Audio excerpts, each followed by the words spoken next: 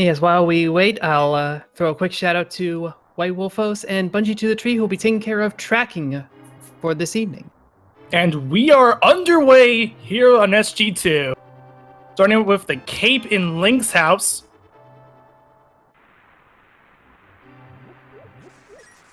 That's a little bit of a scary proposition to get so early, because the Cape means that you don't need the Master Sword to get to Aga. That is 100% true. All you really need is just a lamp and a sword, and you're good to go. And Witty Words applying some pump strats in the beginning of the seed makes it a little bit more quicker, just given how the way Link moves.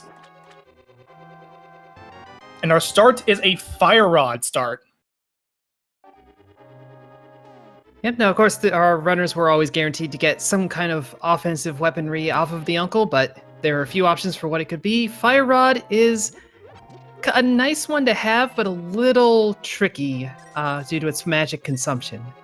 Yeah, fire, really fast speed, but it has 8 shots in it in total. So you're going to see a lot of sharpshooting as we go through this escape sequence. Yeah, because magic refills are not exactly commonplace in the dungeon. Of course, this will be, since we're all in the same seed, and thus the 4 that you're seeing, along with 29 others, are going to be doing this fire escape as well.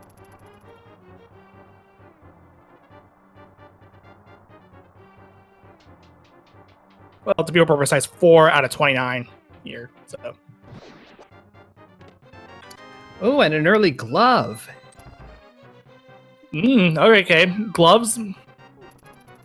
Might dispel the myth about Aga, but we'll see when we get that Moon Pearl and maybe a Hurley Hammer or Times Mitts.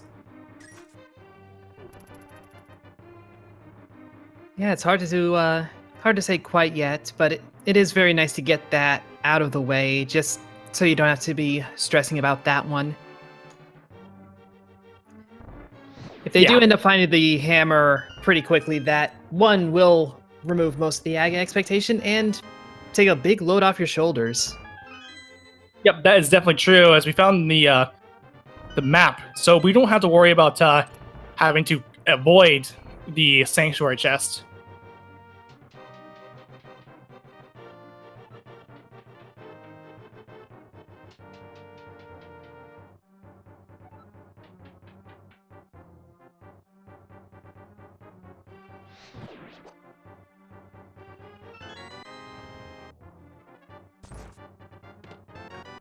And there's the small key that we knew we were going to find sooner or later. Yeah, so that means that the back... Go ahead. Yeah, so that means the back of Escape, that bombable room, will be 3 items, potentially of importance. And as well as that Sanctuary chest being some items as well. Yeah, as Chad is mentioning, normally we stress out a little bit during the escape on finding bombs to make sure you can do that back of Escape room, but given that they have a glove, not a huge deal. They can come back to it very readily if they have to. Of course.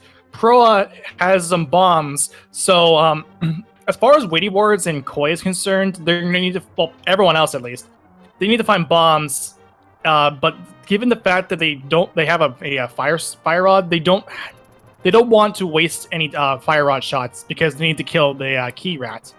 Fortunately for Koi, he did get a bomb.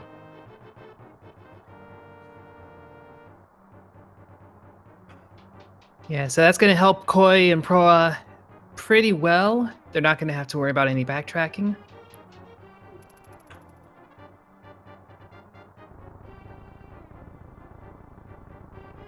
And now for a little fun fact for those of you who are not familiar with the randomizer and specifically standard mode.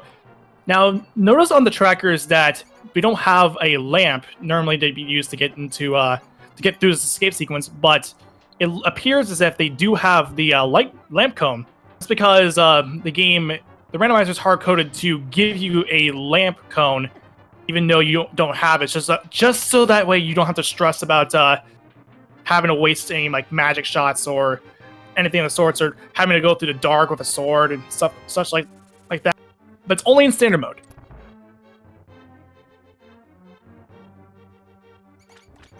Now, I did see Weighty Words and Just a Boy both tossing out a couple fire rod shots on those snakes, hoping for a bomb.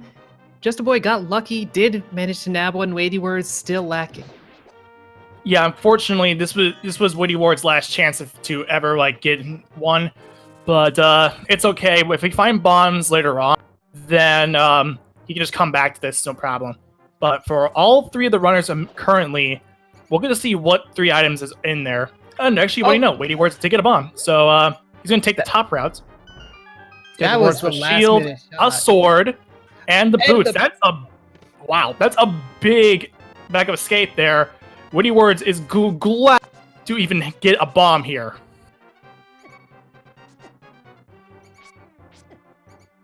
Well, I dare say we're off to the races at this point. Pretty much. With that boots early is we can at least get through. We can get Open Desert Palace. This is no problem. Just full clear it.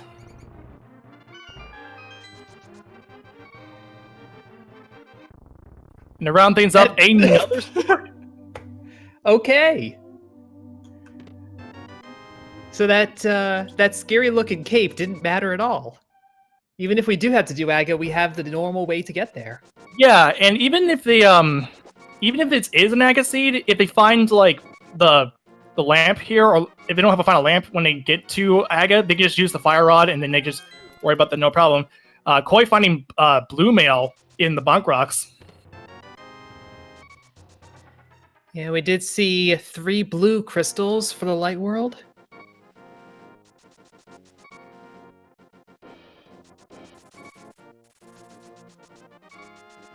At least we don't have to change the emo tracker to very highs, and Weighty Ward's taking a death. Yeah, getting a little sniped by a bird. Looks like just a piece of heart on Lumberjack Ledge, though. Pretty standard. Technically, that's vanilla. Well, yeah, that technically is a vanilla location. One of many piece of heart locations that are vanilla in the original game. But Yeah. you don't really count those as vanilla. And, wow, half magic for Koi in the mushroom spot. Honestly, pairs well with that fire rod. Yeah, you got 16 shots and 10 bombs that would normally be the uncle bombs that you would get if you're doing a bomb start, which is quite treacherous if you're not familiar with how bombs work. If you know how to like do a bomb start in standard mode.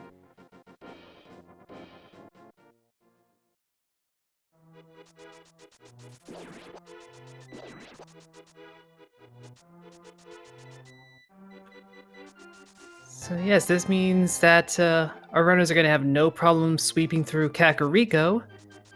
Oh, no kidding! Except Yeah, for a little lack of money.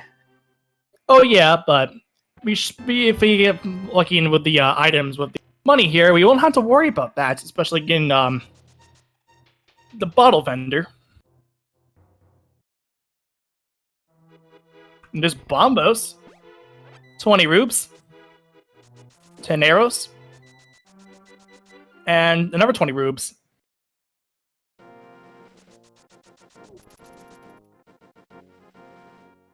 And more arrows. Only now up to 19 for Koi. Just 20 for He's Just a Boy.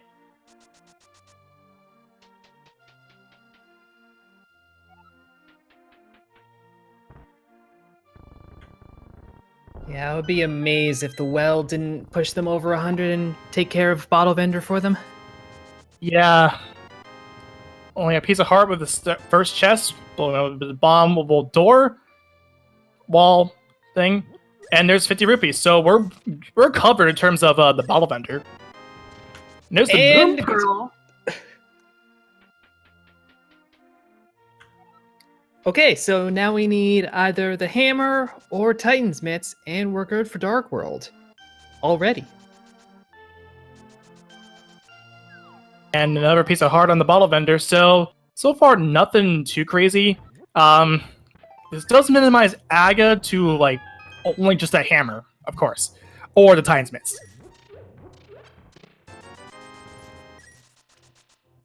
Yeah, at this point it basically means that well, both of those items have to be in or behind Dark World access.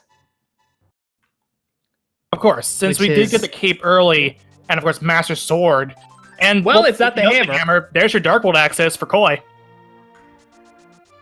10.25 minutes, and there's Dark World. Made you eat your words there.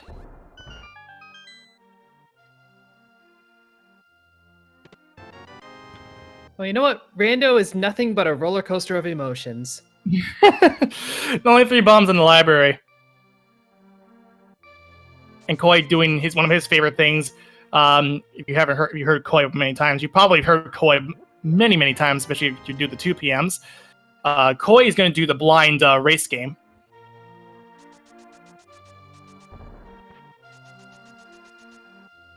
And the good thing about doing the blind race game is that you don't waste any time just by you know, if you're just going to check it and you just have to go all the way back if it's an important item. It's a very safe gamble to make.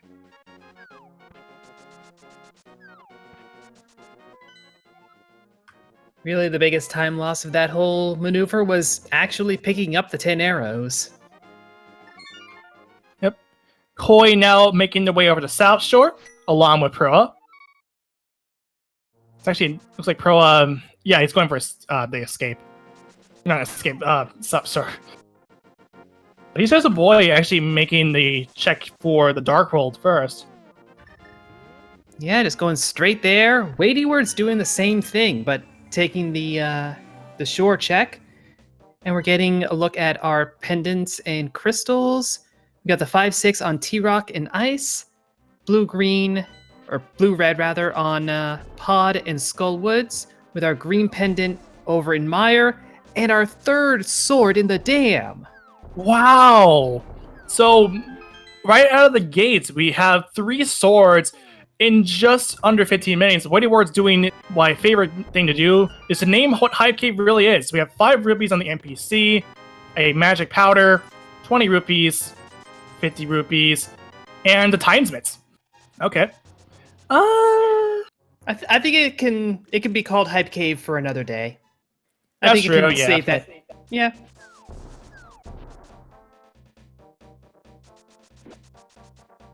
I get to eat my own words now.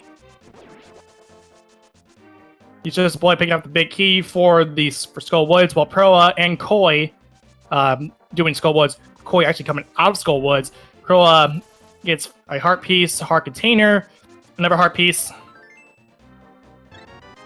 red boomerang, and 5 rupees. Yeah, Mini Moldorm's not offering too much value, unfortunately.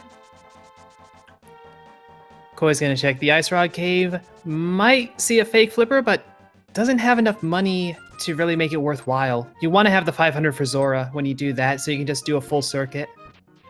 It appears as if there was only a heart piece. While Weighty Ward's doing the digging game, getting 100 rupees out of that.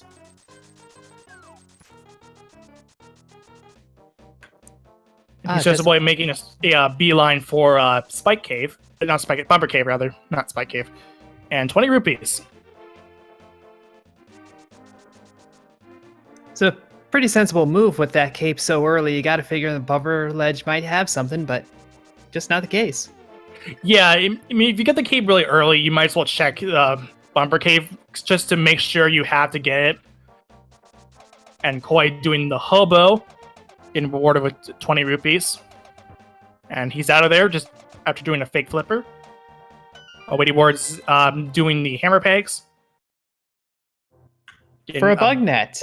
Take the bug net. Yeah, but of course, Weighty's not going to grab that because why would you need it? You don't need it. It's just nice. Don't disparage the net. Of course, you need it. And Proa's going to find out about Misery Mire being a green pendant since he has not crossed into the Dark World yet.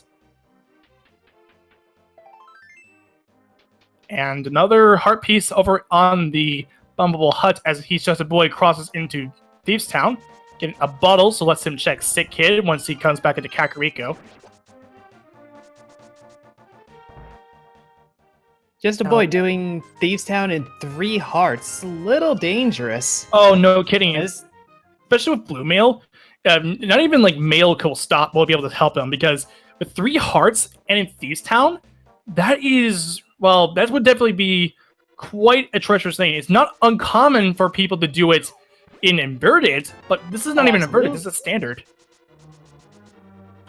Almost feels like inverted to be this deep into the dark world this early. Oh, no kidding. Actually, speaking of inverted,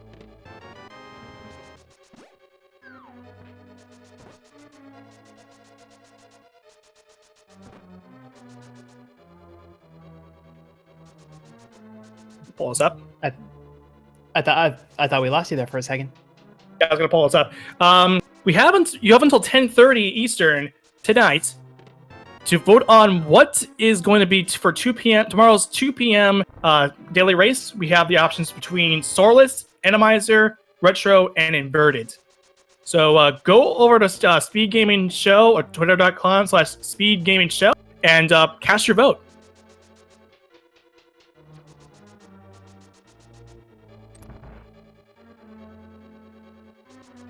Personally, I like Inverted because Inverted is interesting. I just love Inverted, even though I don't play it. Yeah, hey, I do not have... Go ahead. I am not brave enough to play an Inverted Sea, but they are fascinating to watch, especially, like I said, the early game, playing the Dark World on very low resources. Yeah, and hey, beans and toast is a great meal, so there's that. But anyway, Proa coming to the Dark World while Koi is making their way over to Skull Woods.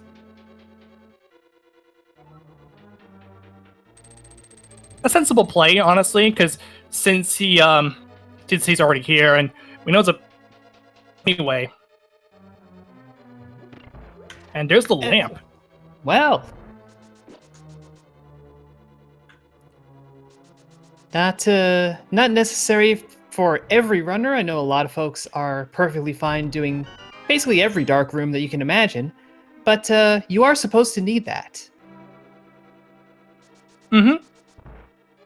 So Koi leaving Skullwoods, he's pretty much satisfied with what he has. I believe, I didn't count his items, but I believe that was his second item. Or it was the second item. Because I'll be honest, everyone's running around so many different places. I'm losing count on dungeon items. Oh, I don't blame you, because it's such an early seed with the unique items and such. And there's the hook shot over on Thieves Town.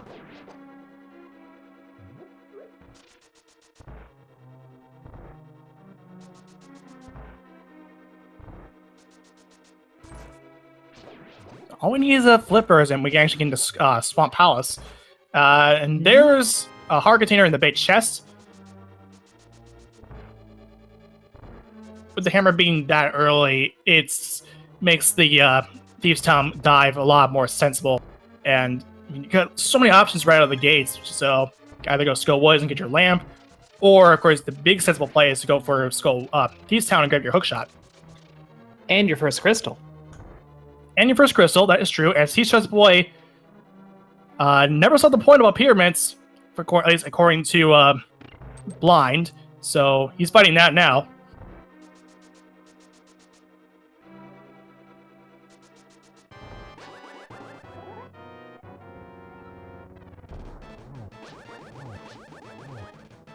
Uses some cave strats. Makes sense for him because he's on 4 hearts.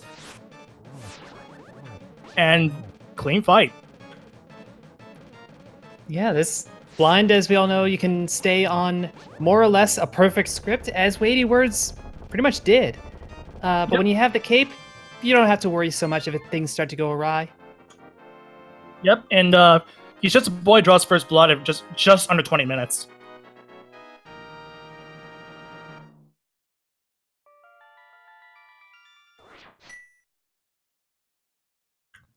So yeah, with that hook shot and with the lamp over in Skull Woods, that opens up the entirety of Death Mountain.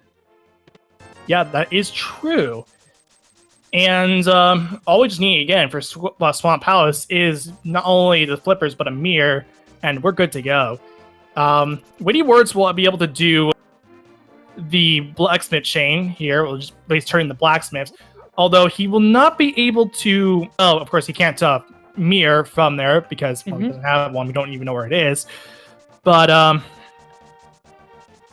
so his intention is going up to Skull to check the bumper cave. Maybe want to save and quit so that way he could just. Or no, he's actually going straight for Skull Woods.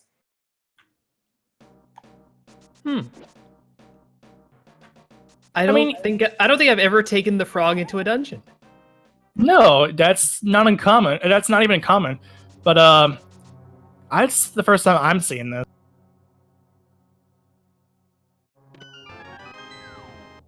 At least it's not like the purple chest where you have to leave them outside while you're just doing your dungeons and stuff.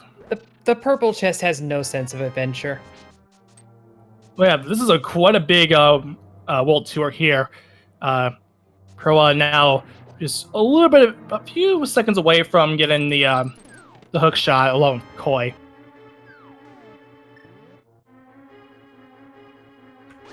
And just the boy's going to hit a pipe cave. Yep. Yeah, I was just going to say that.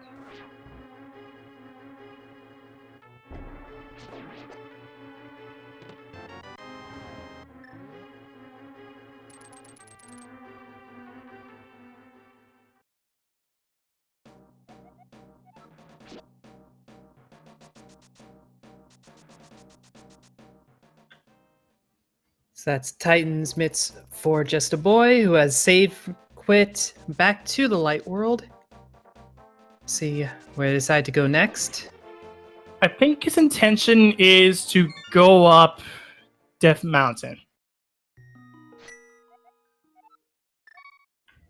Yeah, makes total sense. Even if you don't have the lamp, the Death Mountain climb is not a tricky dark room, especially if you practice it just a little bit. Oh, so yeah, of course. We'll see plenty of sequence breaks on that one, I'm sure. Oh yeah, because since the dark room for Eastern Palace and the Death Mountain entrance, it's pretty much one of the easier dungeons, the easier dark rooms to do. It's not like the dark maze, not like the room below, just right next to it, just the dark room. And you take these stairs down and get into the Chesant Pod.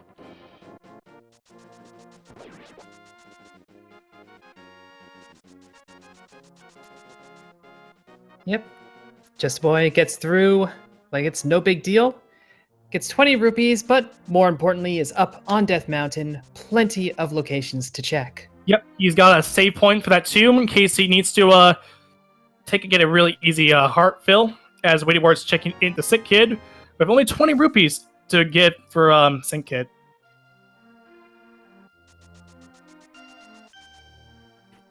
Looks to be 20 rupees on top of Spectacle Rock, and there's the flippers inside Spectacle Rock.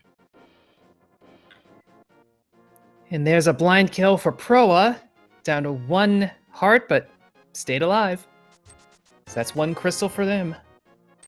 And the blacksmith's making bombs today. And while he's here, you might as well check the magic bat. And a reinforcement hint. The boots were in the sewers.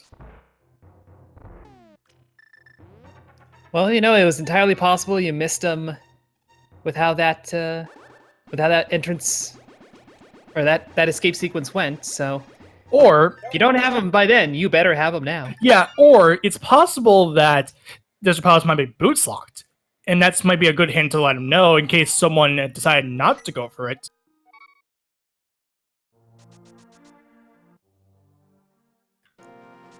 Yeah, unfortunately, as far as I know, the hint system isn't smart enough to know to hint you in that way, which would be really cool if it did. Yeah, but it's not a useless hint. Is what we're getting at. Yeah, I believe VTorp said something around like V32 that he would make logical hints of thing.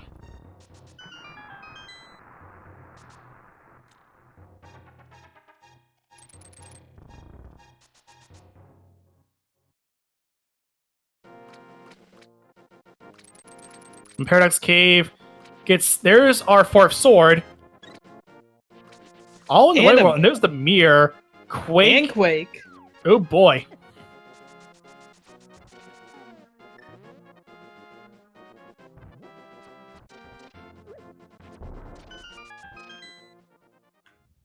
Yeah, this is just shaping up to be a surprisingly fast seed, even for standard, which can be a bit quicker than open.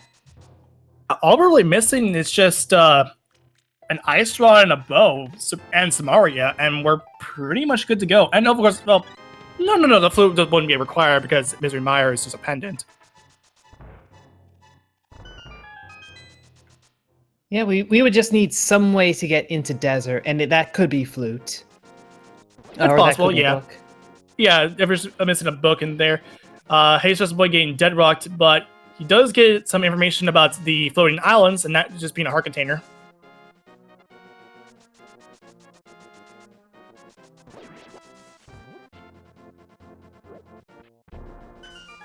Synchronized hype caves over on our right side, and now desynced slightly.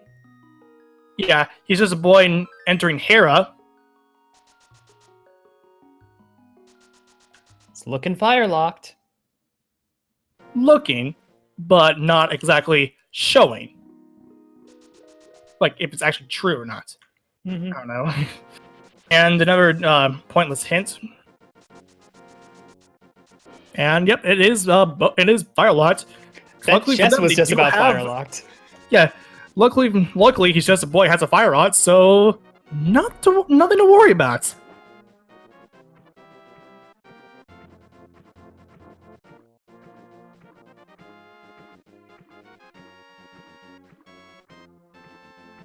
It appears as if Proa is going to check the pyramid ledge.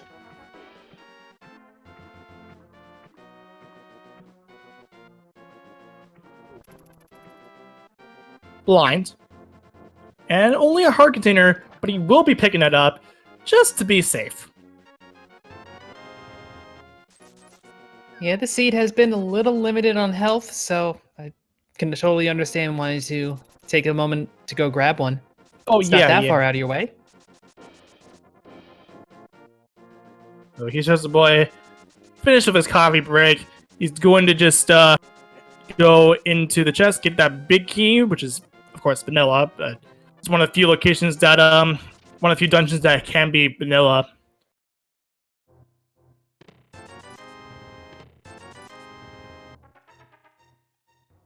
Nothing in Waterfall Cave, just 2 sets of 20 rubes.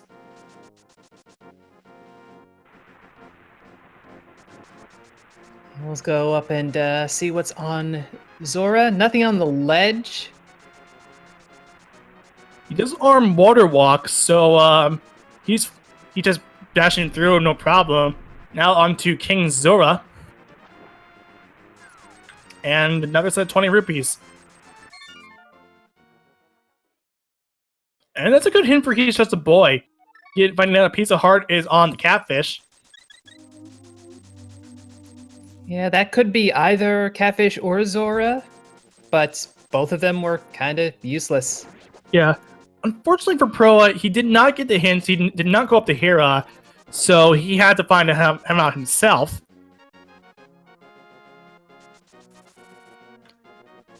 Chad asking, yes, every dungeon can have a pure vanilla layout in theory, except pod because of how item and key fill works. It's a little convoluted and I don't know that I fully understand it, but it results in you technically can't have that one be pure vanilla. Yeah, and he's just a boy, clears out Moldorm and gets a blue boomerang and the second crystal in just under 30 minutes.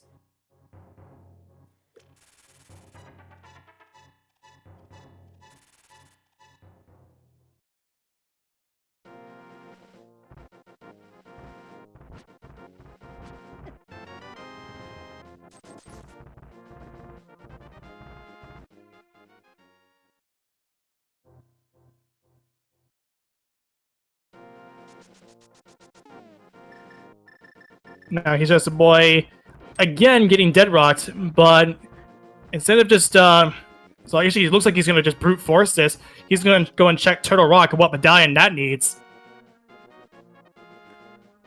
Honestly, there's a 2/3 chance you could open it right now. That is true, and he's able to get a free hint if he does so. And it is Quake.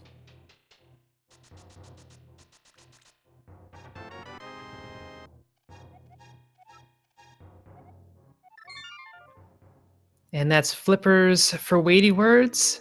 Koi demonstrating that they already had the flippers.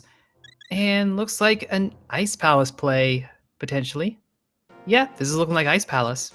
Not too far-fetched. Yeah, it's not nothing too crazy. I can see it. You can clear it. You have 3 hints. You can get 3 items and 3 hints. Yep, it does mean that you'll have to do the bomb jump in order to avoid having to go through the whole actual puzzle of the dungeon and whatnot, because you don't have Samaria to shortcut it. Of course, yeah. And Koi finding out that a unique item requires the hammer, that would have been the swag net to fulfill that that little thing, as he's just a boy doing hookshot cave. Coming up dry.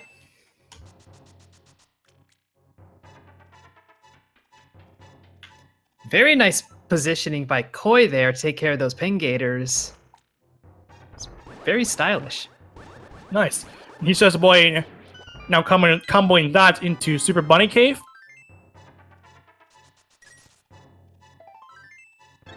And again, coming up dry.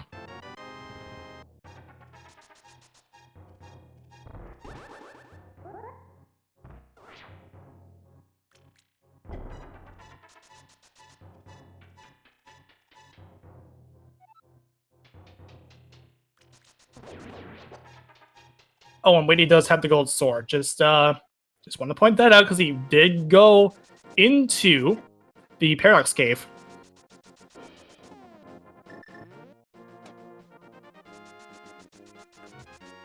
And Koi saw a hint over in Ice Palace that the map and the compass are on the left side of Mire. So on the off chance we have to go in there, we really don't have to go over there.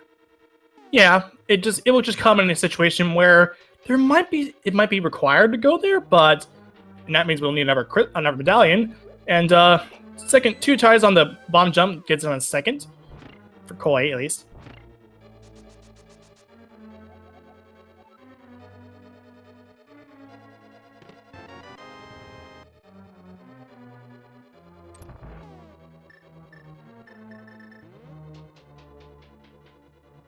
Yeah, it looks like Just a Boy is heading towards Swamp.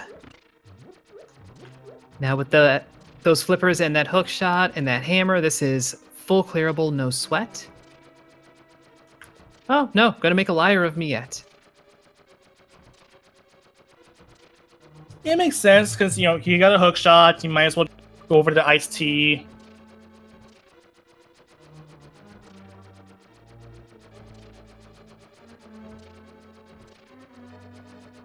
Just a Boy doing K45, and there's the can of Samaria. So very good play. That. Good call for He's Just a Boy.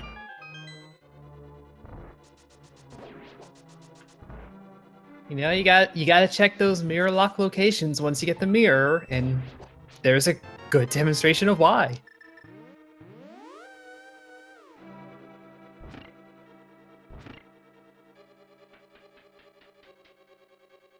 Now, for He's just a Boy, whenever he goes to Ice Palace, he'll have a lot more quicker time doing this, since he doesn't have to, he just do the shortcut and you're good to go.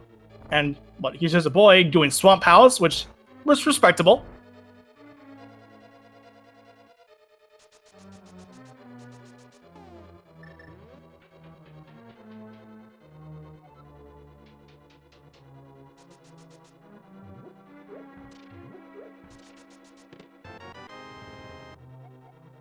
So yes, this does leave us with just the bow, the ice rod, and some way to get into desert, be it book or flute.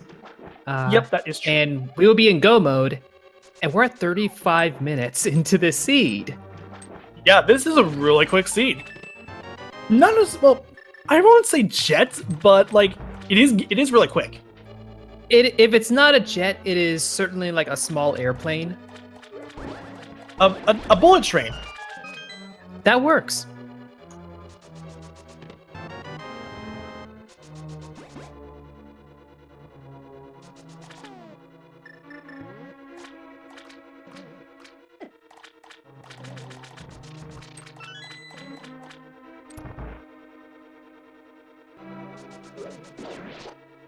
Maybe Ward's getting his Tower Hera Crystal.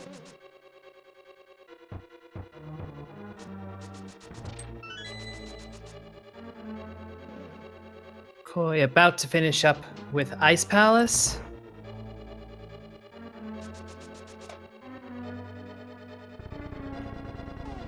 Haven't really seen much in the way of items out of it, but it's a crystal. Gotta do it. Mm-hmm.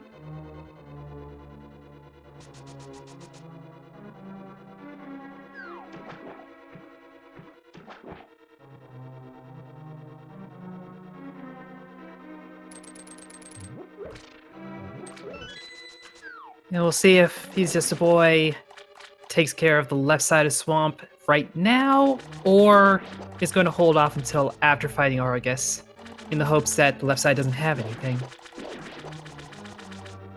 Koi using the Bombos medallion to open up the shell of Cold Stare as he dropped down there a little bit. Woody Ward's opening up Turtle Rock. Yeah, Just a Boy heading straight to the back of Swamp Palace. Only a heart pace for Koi as he takes down Cold Stare and grabs his Ice Palace Crystal. That makes it his second.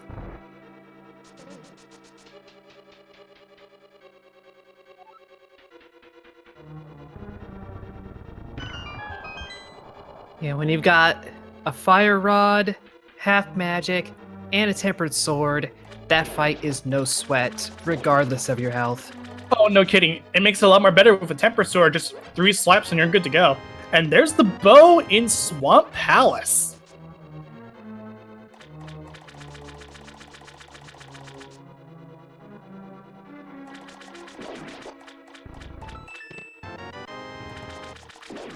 Oh, all we need is an ice rod and then we're good to go. And of course the flute or book, depending on if we need it or not. Mm-hmm. Oh, but we'll definitely need it, but like some way to get into Desert Palace.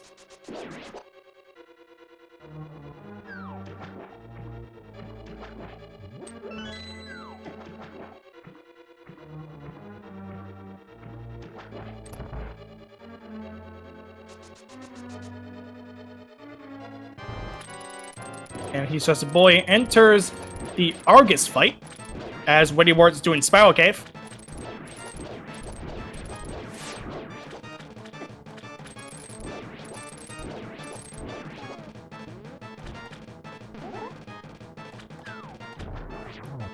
Yeah, with that Butter Sword, you're not able to do the fanciest tricks like you would with the silver arrows or whatnot, but it's still such an easy fight. Or just fully loading Argus with just a bunch of Ice Rod shots, and it's always pretty cool to watch. And something I can't really do for myself.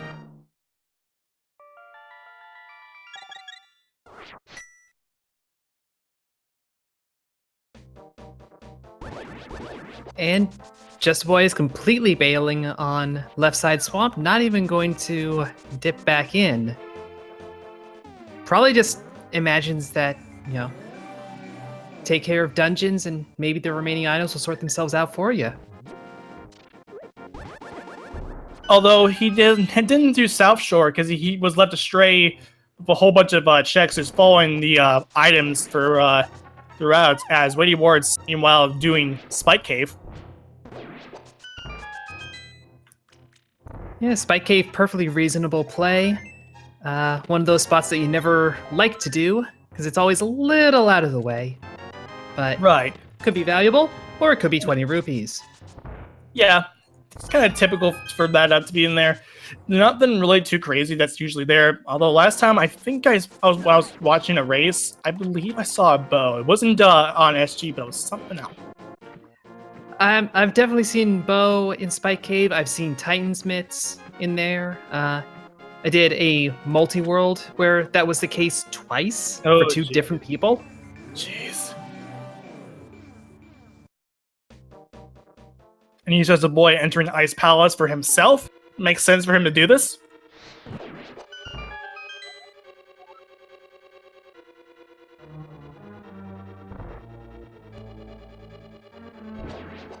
Well, no, a whole lot of things are in there. It makes sense. You're going to do it anyway because it's a crystal, and you might as well just go through it just to make sure you're not crazy and make sure to get any possible outcomes out of the way.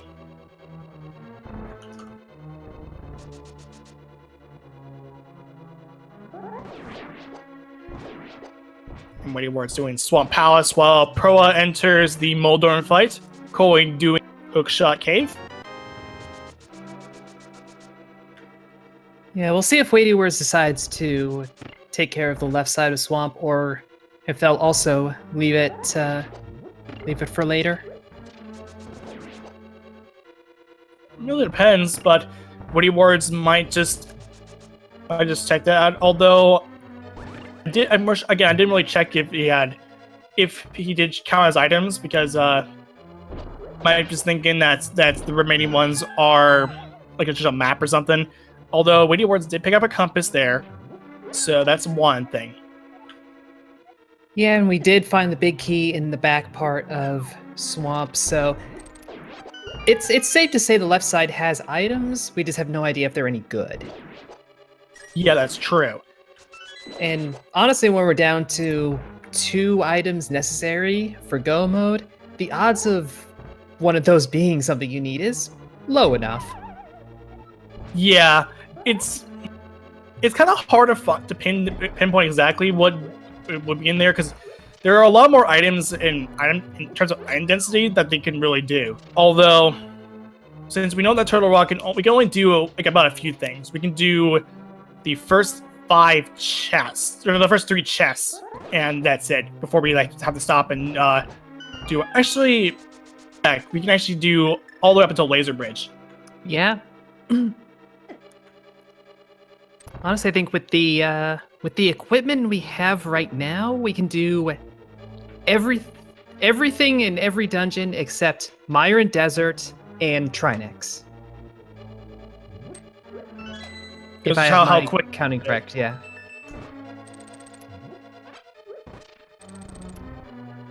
Many words. Looks like he's going to do the left side swamp play.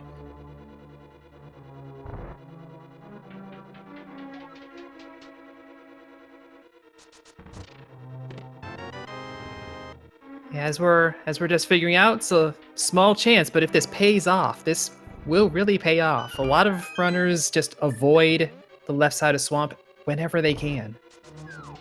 Yeah, that's the tricky thing. Woody Ward's actually locked himself in, but it's okay. Just another swipe, and you'll be good.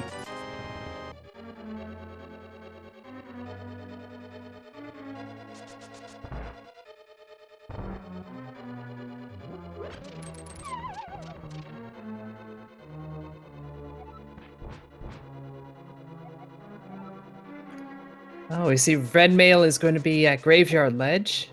Didn't spot that hint from our last run through Ice Palace, but now we know.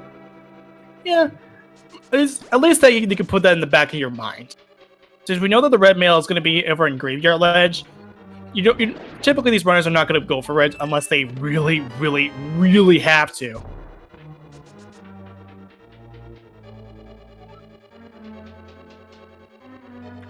There's 20 rupees on. He realizes that he forgot to flip the switch down. Whoops. Gotta go back.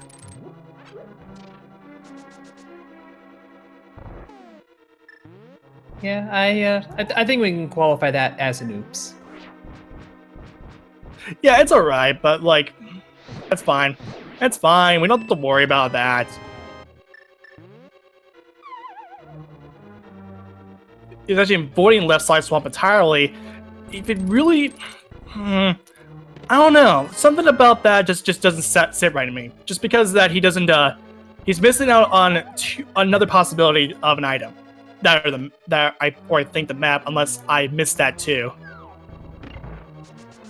I don't think I saw the map. I can totally understand Wadey's play. There is a fair degree of just aggravation involved in that. You just look at that and you're like, really? I did that? Yeah, it's a pretty easy mistake to make, but not too overly overbearing in terms of you just falling there. It will be kind of annoying, and we'll see what happens if in terms of placement in the overall race. Because like I mentioned before in the start of the game, these 4 runners, they're just helping that give you a restream. There's 29 in total that are actually racing alongside him.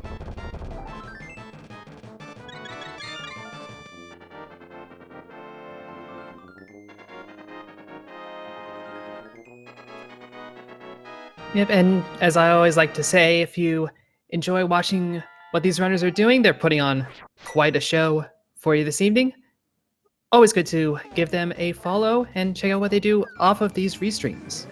Yeah, and of course, you also feel free to check out ourselves, like the entire crew. We got Bungie to the Tree and White Wolfos on tracking, and myself and Hupfin with you for the rest for the next like hour, 2 hours. Really depends on how quick this is.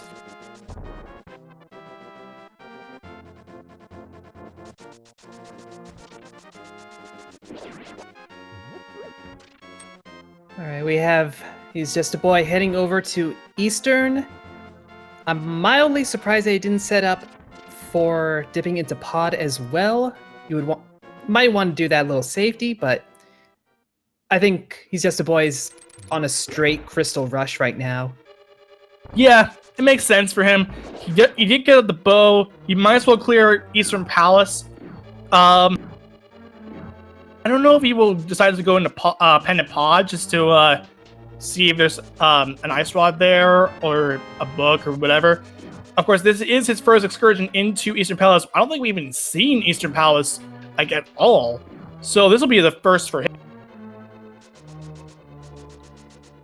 No, we saw Sahasrahla on Proa's side, but I don't think anyone went into Eastern proper. Nope. Witty Ward's getting the King of Burna out of the bait chest. So Witty Wards has to flip the switch again because he had cleared it. So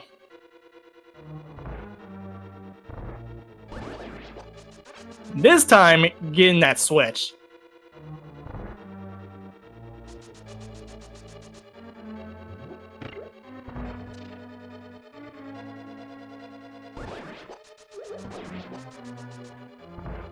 Now, if this gets progression for Weighty Words, it is going to be quite the scene.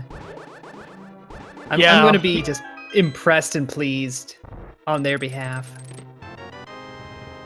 Well, there's a red potion for He's Just a Boy. That makes up that's 2 balls already. And reinforcement hint by the bow and Swamp Palace. Could be helpful if someone went into Eastern early. Actually, yeah, that is true. Oh, and it's another bottle. So He's Just a Boy is safe.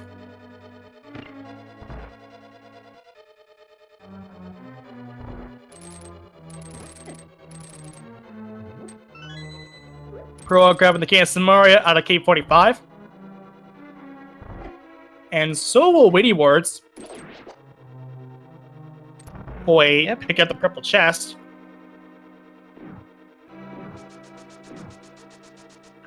Koi's probably going to end up hitting that cave as well with that route. Yeah, Pro also grabbed the big chest as well. Oh, no, the big chest, the purple chest. While he was there, and he says, boy, grabbing the vanilla big key out of its vanilla big chest.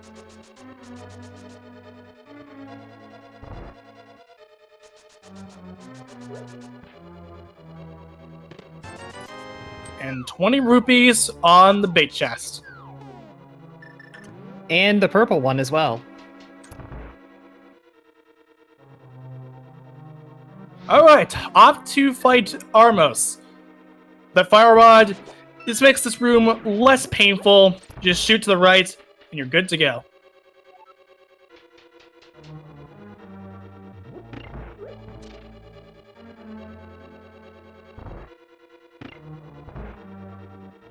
Pro also going into Swamp Palace, while Koi is going to grab the 20 rupees out of the purple chest. And I imagine Koi is going to be right behind and heading into Swamp. It appears as if He's Just a Boy had picked up Ether somewhere.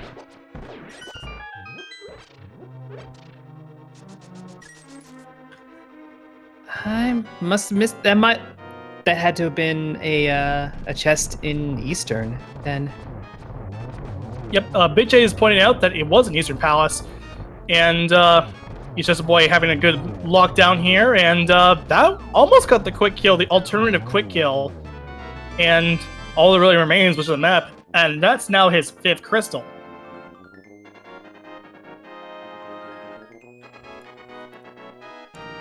Yep, unfortunately that's no progression to clear out either of the 2 remaining crystals, so do you dip Turtle Rock and pray, or do you start doing pendants?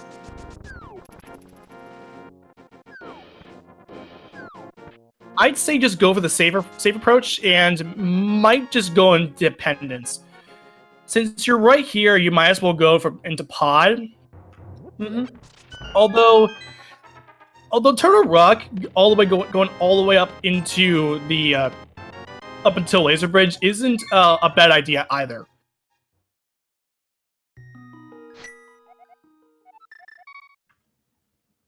It looks like He's Just a Boy might be committing to do that Turtle Rock play. Yep.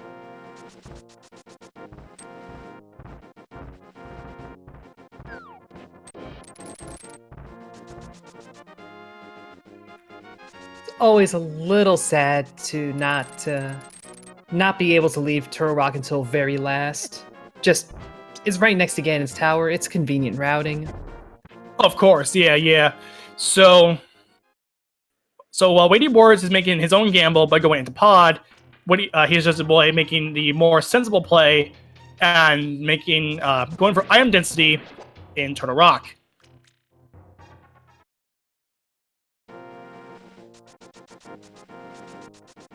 I believe for Weighty Boards he did not go into Sahasrara's closet, so that's a good hint for him. He did on the way here. Okay, so that's just another reinforcement hint for him. So He's Just a Boy goes into Turtle Rock with a Cansmar in hand, and He's Just a Boy making their trek through the Bowlock side of pod.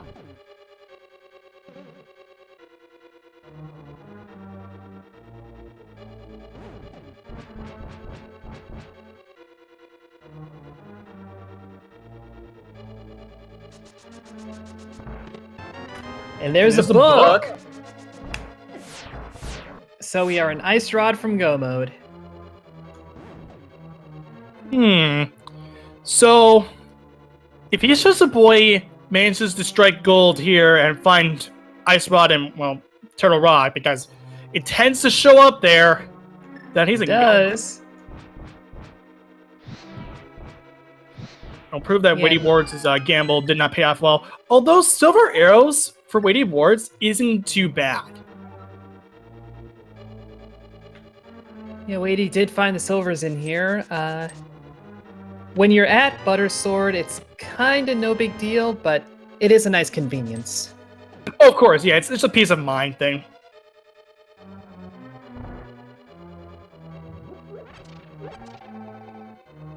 Which also means that if He's Just a Boy finds the Ice Rod here, he might not just go for pod, it might just go for, a silverless Ganon. With a Butter Sword, this won't be a big problem, because it's all you really need to do is just, like, what, 6 spins on Ganon? Yeah, I don't remember the exact number for silverless on Butter, but it's pretty low. Yeah, of course. And yes, chat being chat, pointing out that Pedestal is still alive. Of course, yeah. It's just you can only possible thing. Oh, you take that back, chat.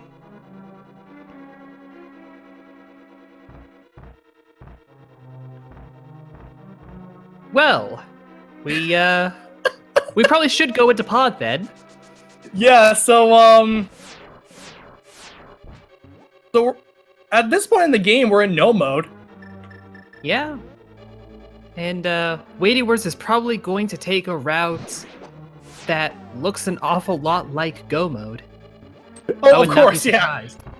Yeah, so he says the boy is going to be hurting a little bit because he'll have to double dip Turtle Rock.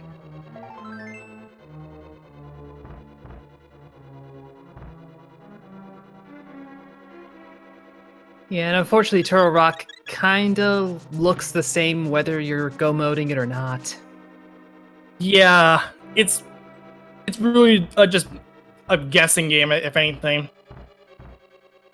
If you're in go mode, you might as well just go through it like the same way you normally do. But if you're not in go mode, then you're just hoping that Ice Rob will probably be here as per usual. But in this case, it's in the bait chest of Pod. Witty Words has sort of an advantage. Not a huge advantage, but some advantage. I mean, at this point in the game, Witty Words just might just be in go mode by this, because all he really needs to do now is to go through. He needs to go into Eastern Palace, kill the Armos Knights, go into Turtle Rock, get the book, go into Ice Palace. Actually, still has to clear that, and then go into Desert Palace and kill the Lamolus, and we're in Ganon's Tower. Yeah, for Weighty, I imagine the route is going to be do Eastern, go over to Ice Palace, because it's not that far. Then you're stuck with only Turtle Rock to do, but you can full clear it, so you go clear it. You get the book in the process, head on down to Desert, back up the mountain, you're done.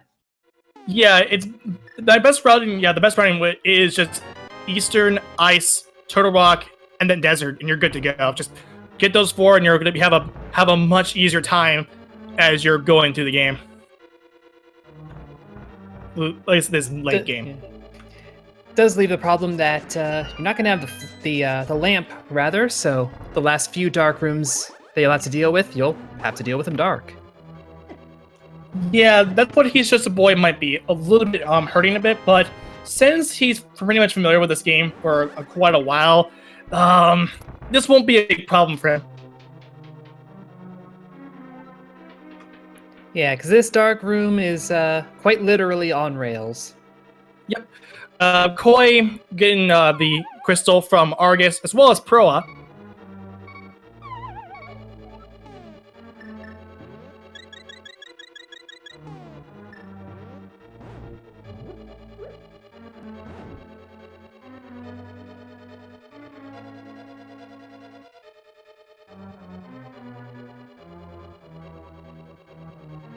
Now, another possibility is that He's Just a Boy can find the flute here.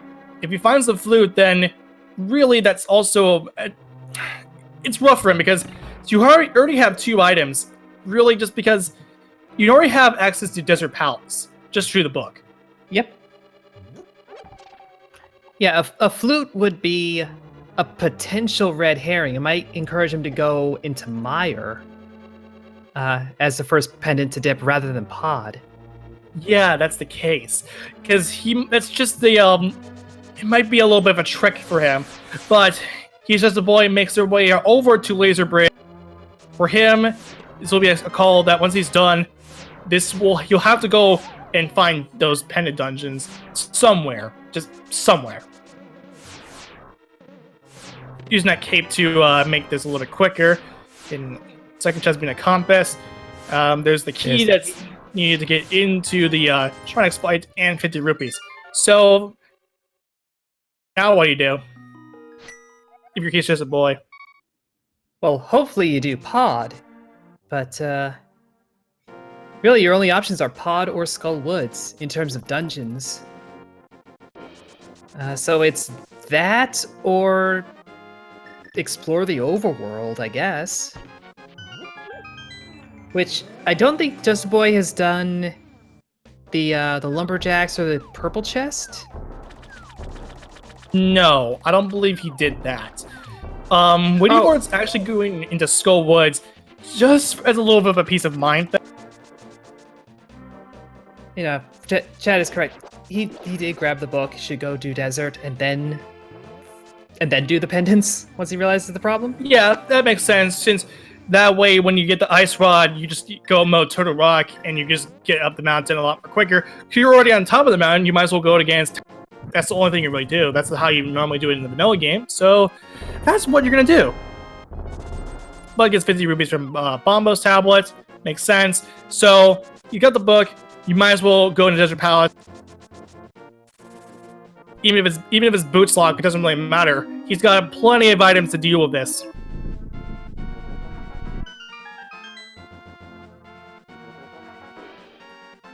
Yeah, I am still a little surprised about Weighty Words hitting up Skull Woods. Gonna get the lamp here. That's all well and good. That is technically required.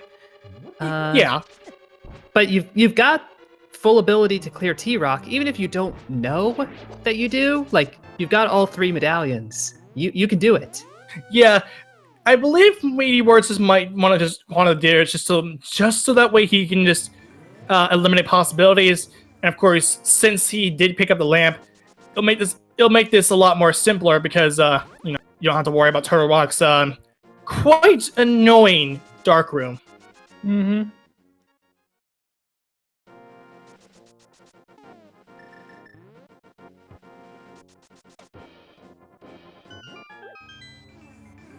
Going Eastern Palace makes sense for him to go here because it's a crystal. You might have to clear that anyway.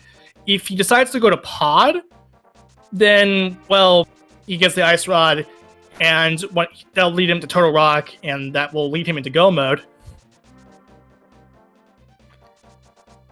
Yeah, really, at this point, we're hoping for both Koi and Proa that once they're done with Eastern, they flip that switch, head into Pod. Oh, of course, yeah. They're pretty much evenly matched between the two, and he's just a boy. Both of those, all 3 of those runners, not too far away. Although he's just a boy, does have a little bit of a lead amongst the 3 rather.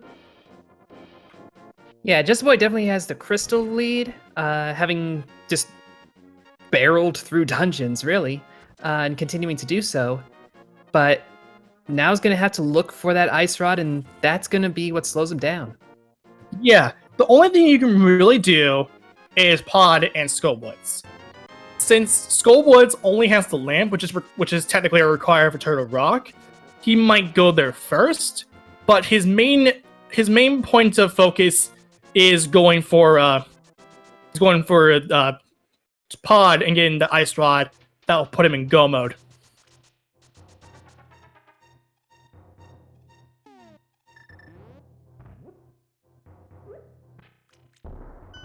Gina, Weighty Ward's doing a Gina, which is interesting.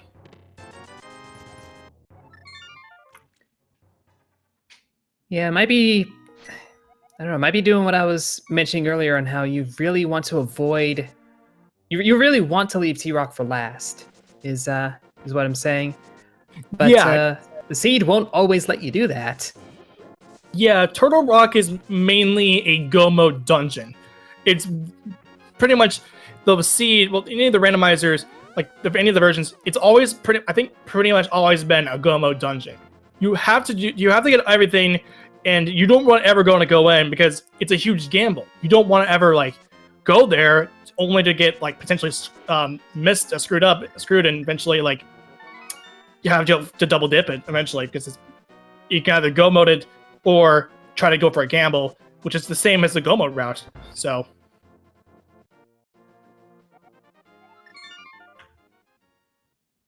All right, so he's just a boy hitting up the southern portal, might be going back to Swamp, having left those 2 items, or It's going for Pod. Going for Pod. Interesting portal choice in that case, but that is the right move. Yeah, and fortunately for Proa, he's also in Pod, so he's going to grab that ice rod, although it's going to be in the dark.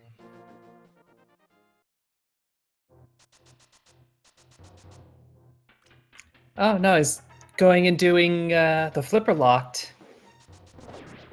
locations. Yeah, You might as well go to check Hobo while you're here en route to Pod. So, because he was left astray throughout a whole like series of dungeons, he didn't bother to go for like any of the flipper checks. So, yeah, there's that.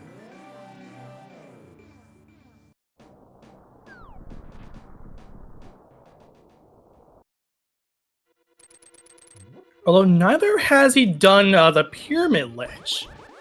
No, or Catfish for that matter.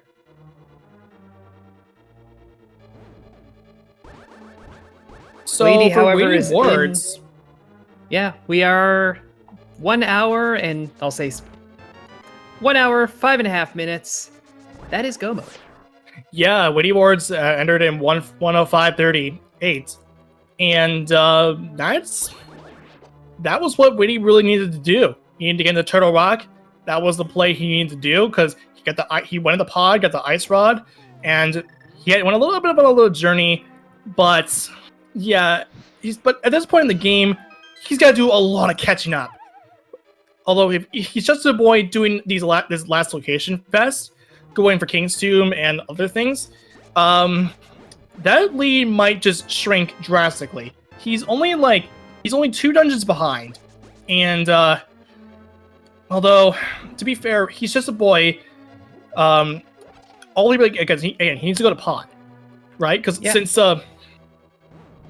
since that's the case, I would still say he's just a boy's in the lead, but it's gonna it might just lower he might just be a little bit of a time difference behind. Maybe just first he's 2 dungeons ahead of Weighty Wards. Yeah, right now this is definitely Just Boy's lead to lose, but it still is a lead. The longer it takes to get to Pod, the lower that lead will be. But Koi, Proa, both. Well, Proa was in Pod. Didn't see if he grabbed the ice rod or just bailed. I believe he bailed solely because I think it might be a sign that he might not be comfortable with the dark maze in the dark room. That's fair. Unfortunate, but fair. Yeah, that's I believe what the case might be. His call to just mirror out and just go to Ice Palace, which is what he's going to do.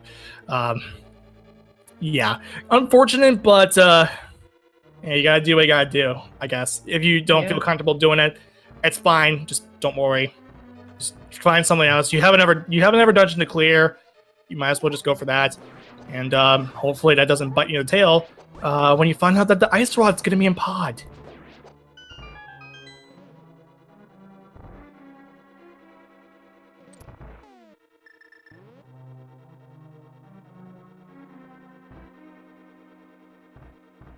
Although, fortunately for Koi, one thing that's fortunate for him is that since he's gonna go to the ice spot here, he's more likely gonna be going to Turtle Rock, full clear that, and go, of course, get the book, and he's in go mode. Yeah, he's bailing straight out of Pod after that ice rod, heading right up to T-Rock. Not even gonna worry is the other item I need also in Pod? No. We're clearing dungeons. Yeah, it's not rocket science. You have to do this.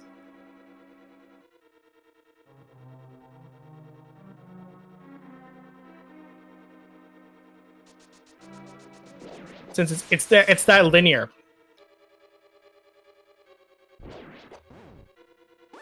I was like, Weighty stole the key earlier and can just skip Laser Bridge entirely.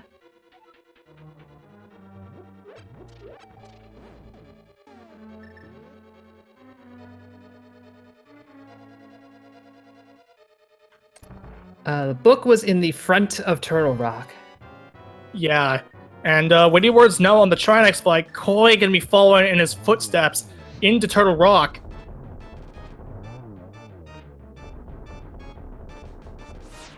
He's just a boy just looking everywhere. Where the heck is that? To find out where the heck's that ice rock.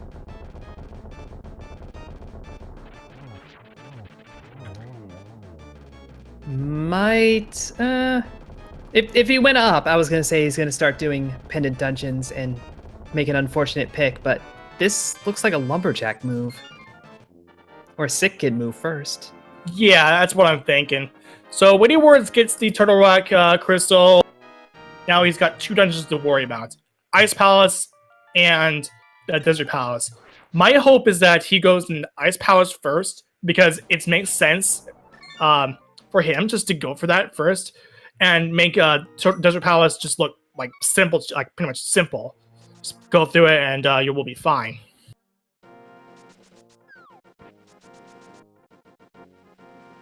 And Big J is actually pointing up a good point in chat. The flute was never needed the seed. We never need to go in there because you never had to even get into Mesmermire, which is really nice because Mesmermire can be quite an annoying one if you're not familiar with the how to route it. Even if you are familiar with how to route it, it can still be an annoying dungeon. Oh yeah, because of that that dark room being quite annoying and quite hard. Looks like Witty Words is actually going for Desert Palace first.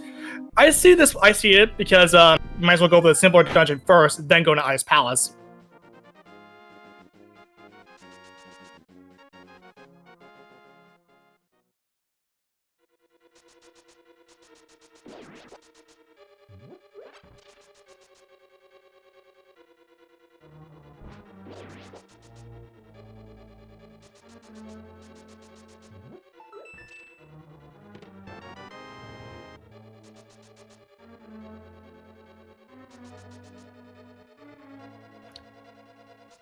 Yeah, now I'm trying to think, like, naturally flute can end up not being necessary. I've seen seeds where mirror was never necessary and that's never found. Boots, same way.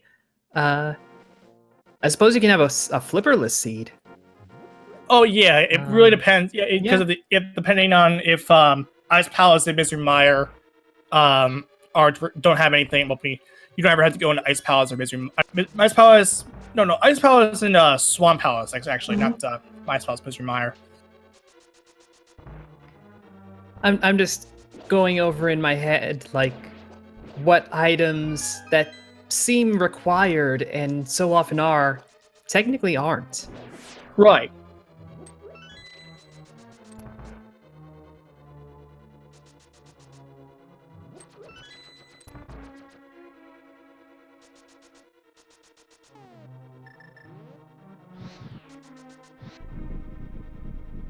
Yeah, no, hammer is always required just because there are 4 dungeons that require the hammer one way or another. So once 4 or more need it, it is 100% required.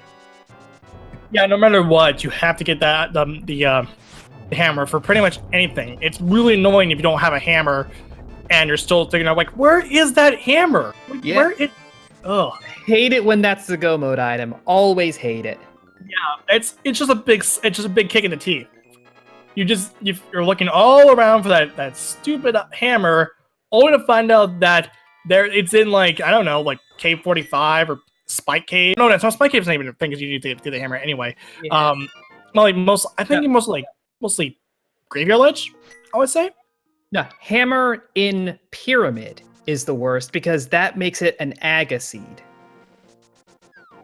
You mean in the Pyramid Fairy? Oh yeah, that makes sense. And that logically makes it an Aga seed. You can cheat your way around it a little bit if you're really good with water walking, but Alright, for Witty Wars, now he's got to do Ice Palace. This will be a good mode Ice Palace for him, fortunately. And that's just going to be his final crystal, and he's going to be going up into Ganon's Tower. Although, he's just a boy, finally figured it out. He's going into pod. Yep, we'll have to do the Dark Maze totally dark, since I didn't dip into Skullwoods and grab that lamp, but this is the place to be.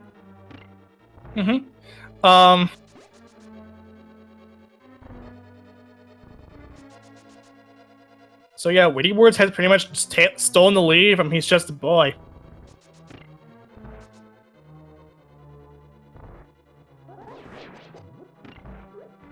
considering that Ice Palace is really easy to clear when you know it's a go mode Ice Palace. Always a nice feeling to do a go mode Ice Palace. Oh, yeah. Although, Koi isn't too far off. He Turtle Rock.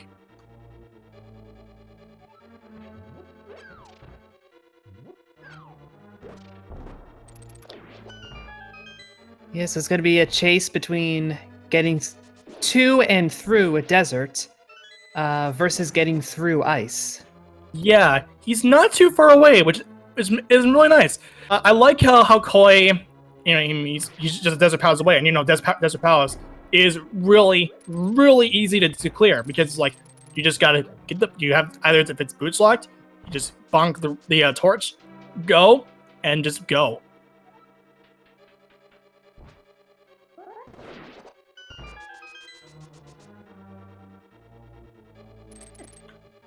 Yeah, I mean, either way, this is ending up a bit tighter than it was looking, a good 20 minutes ago. And Oh yeah. between different runners than it was looking like. Oh yeah, It looked we like definitely have a Mr. race Boy was on going to run away with it. Yeah, it really depends on if the big key is in a really bad spot, and it really comes down to Gans Tower routing, especially in the form if it's really close and the big key is like I don't know, like Hope Room or something. This is ways to lose.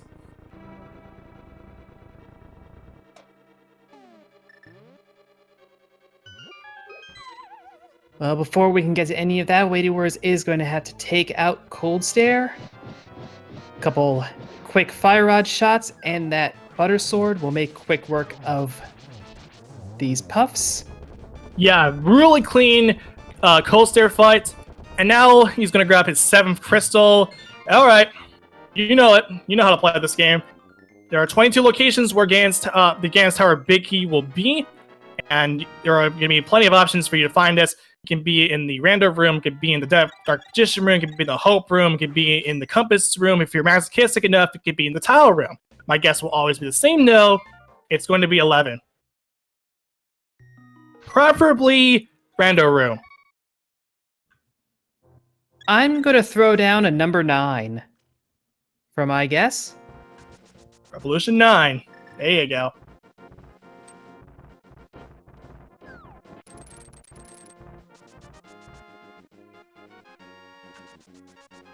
Weighty Words is right on the way into Ganon's Tower. We'll get to see in just a few minutes. Koi is making good time through Desert. Just about to hit the Landmos. And hit 7 crystals himself.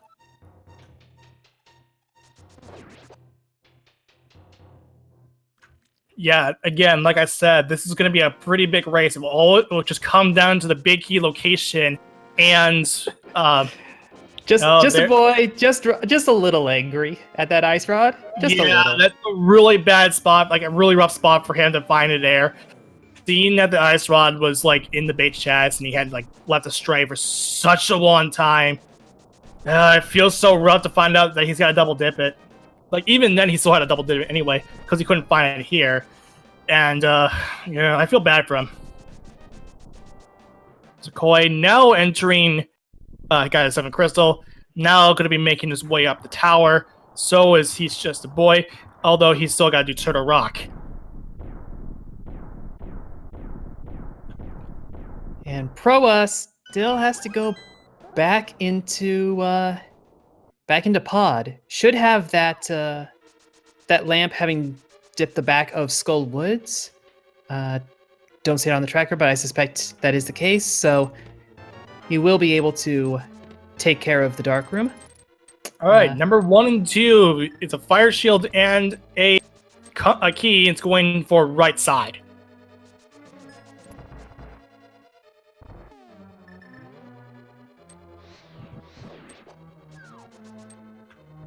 Yeah, when you find that small key in the Hope Room, this is a very smart move to make. Yeah, definitely.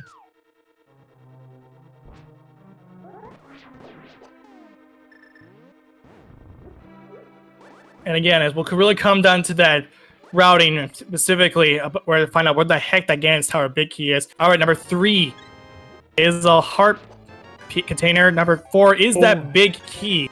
So Weighty Ward's making a huge play to get the number 4 big key.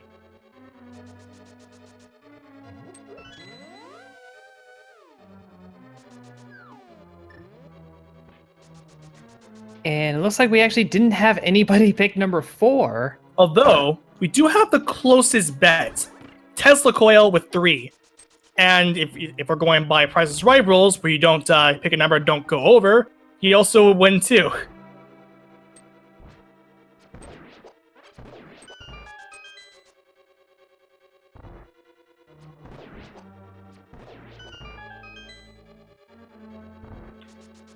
So yes, with that very quick big key, Weighty Words is up the gauntlet as Koi is up the stairs into the tower, and Proa is up in pod. And he's just a boy is also in Turtle Rock.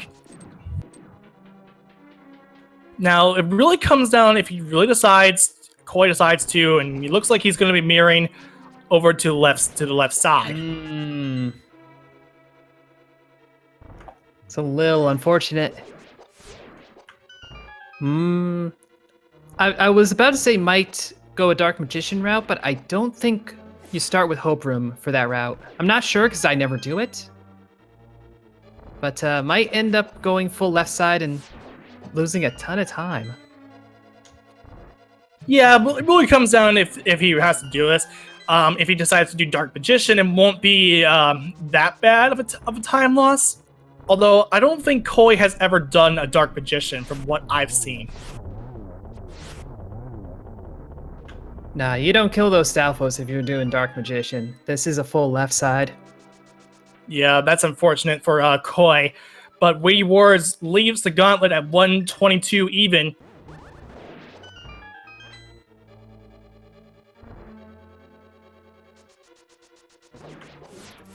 Yeah, I don't blame Koi for doing Hope then left side. That's the route I tend to do anyway.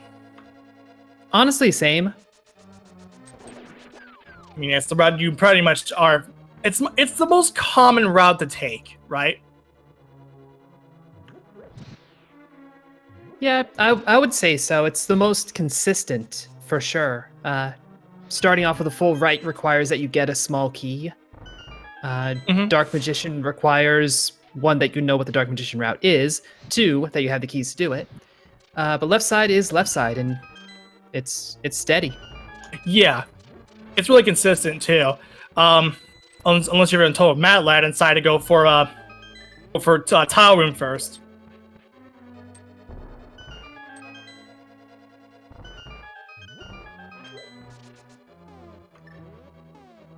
Now, since we have Weighty Words up here now at Moldorm 2, naturally that means a number of our runners are towards the end of this run.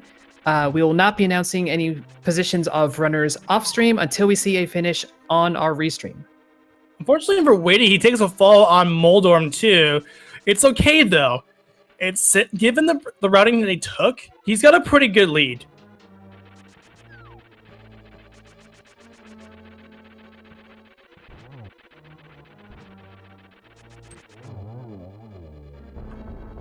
So Yeah, for Weighty Words, he's pretty much a whole tower climb ahead of Koi. And Weighty Words pulling a treasure map out of Moldorm's treasure. How ironic.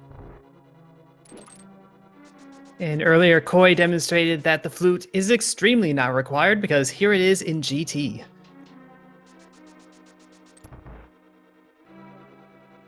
Weighty Words on the Aga 2 fight.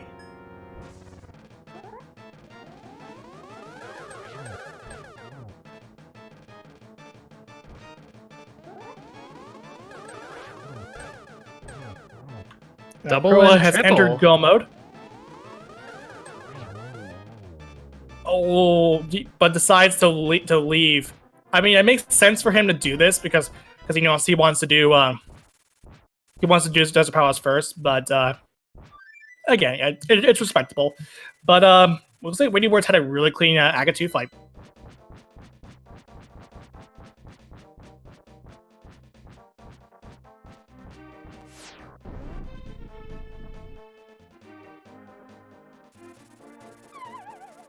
And now Weighty Wards has dropped into the Ganon fight with some silver arrows and a gold sword to boot.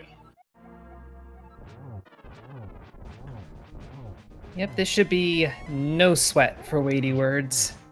No, not a problem at all. It's so simple. Just keep dashing into them, or just do like a very few swings, and you're good to go for this fight. So, Weighty Words immediately get into phase 3. Koi starting the tower climb. He's got that big key. He's just a boy who's doing tile room. Oh, that's amazing.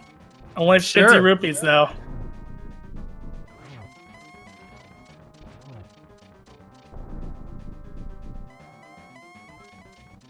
And we did get those arrows in Dark Palace. Oh, that's a really good torch glitch for Weighty Wards. That is really well placed. And some very well-placed Ganon shots. Now And that Weighty just is- has a 1x3 bridge, and it's GG. Yeah, and get your GG in the chat for Weighty Wards, as he has crossed the finish line with an official SRL time of 1:26:30 in first place on the restream, and is good enough for 5th place overall. And our overall winner is none other than Zelga Desan with a time of 1:21:24, with Faraime just in the runner-up spot with a time of 1:22 even. Salty Fry with 3rd place with an official time of 1:23:23, and Hacksaw in 4th place with a time of 1:25:46.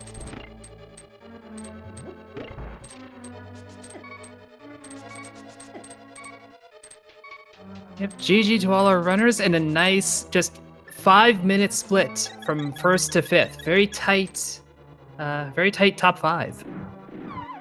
And speaking of Weighty Words, here he is right now. GG, man. Hey, thanks. GG's. All right. So we started this whole thing off with a lot of route options, getting so many things so early. You want to talk through this, like, your overall route kind of plan?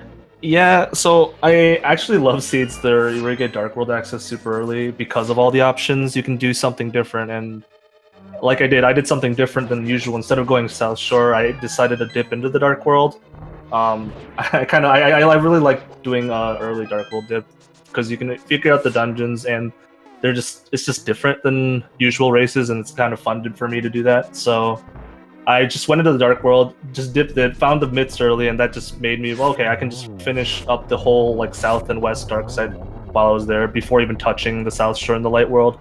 So that's kind of the mindset that I had.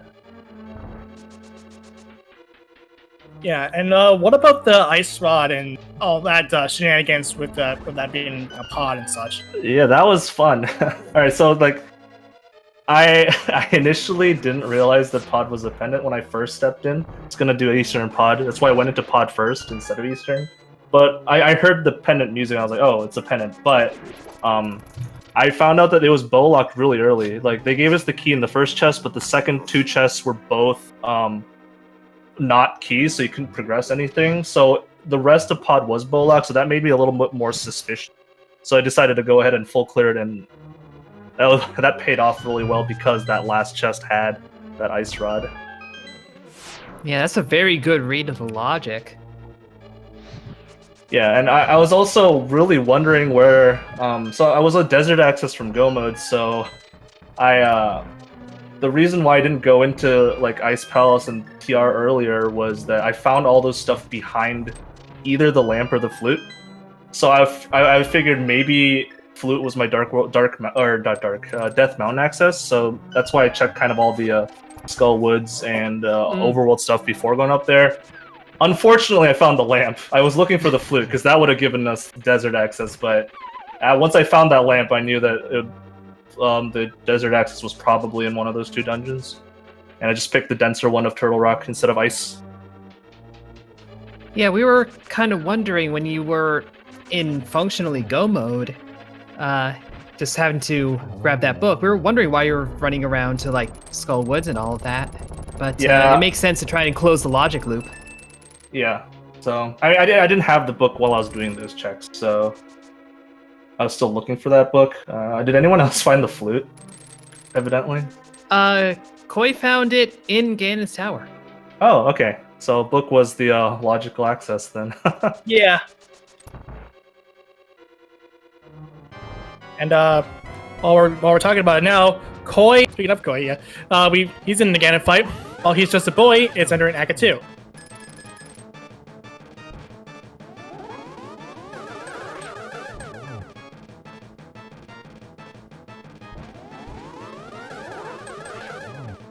Koi on phase 3. Proa continuing his trek through Turtle Rock. Yeah, I think he just stepped into it a little bit ago. Oh, those taking a bit of damage on those chain jumps. Those are not kind. Those probably the most damaging enemies in the entire game. Highest amount of damage in any entire game from what I can recall. He's just a boy finishes up Aga 2 while Koi has killed Ganon.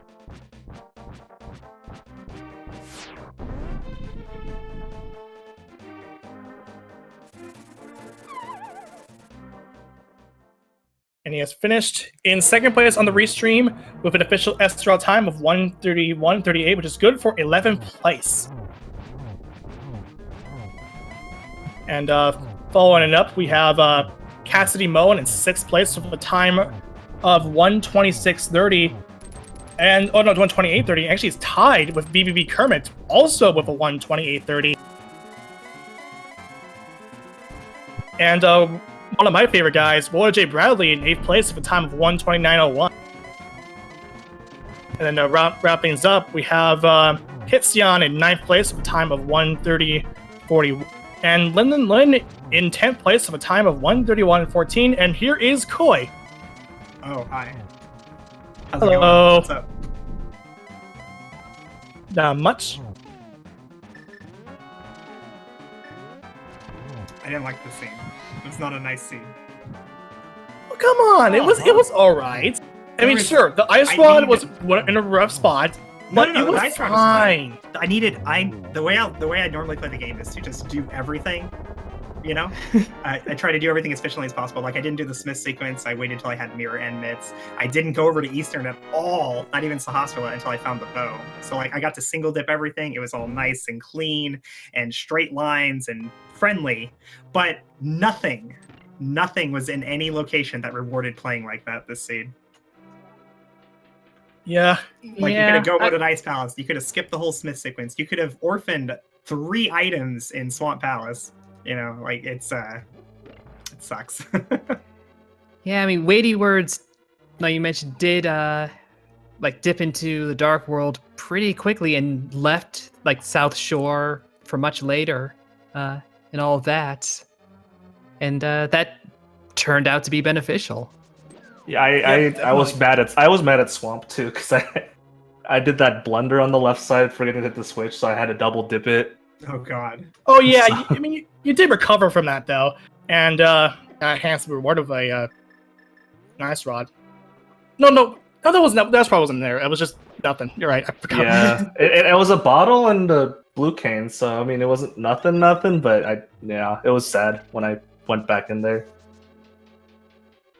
And while we're talking about this, He's Just a Boy has finished the race with an official SR time of 1:33:03 in 3rd place on the restream, and it's good enough for 13th place overall. And Koi was able to snipe, I think that's what's considered a snipe, Frostbite 3030 in 12th place with a time of 1:31:52. Pick it up, He's Just a Boy. Here he is. Hey, GG guys. GG. That ice rod. Yeah. Yeah. Man, if I was really contemplating when I went to Eastern, I was like, I should just dip in and go do pod as well. And I just talked myself out of it, and that sucked. Well, you and Weighty Words both had a fairly similar start to it, where you got the Dark World access and just kind of followed that chain, rather than kind of doing the classic Light World loop. So you did end up leaving more of the overworld to do. So it makes total sense to go and finally clean that up once you're out of other options. Yeah. Did anyone find the lamp? I figured it was probably in Back of Swamp Skullwoods. or back of Skullwoods. All right. Yeah. Yeah. I was I getting did, I was getting really nervous that it was the flute and not the lamp that was back there, and I was gonna have to go to Meyer for my ice rod. Oh, I that did, would have been. South Shore first. Because like we already had a sword and a fire rod, and I knew I wanted to go into Skullwoods, and so I wanted to be prepared to fight Mothula.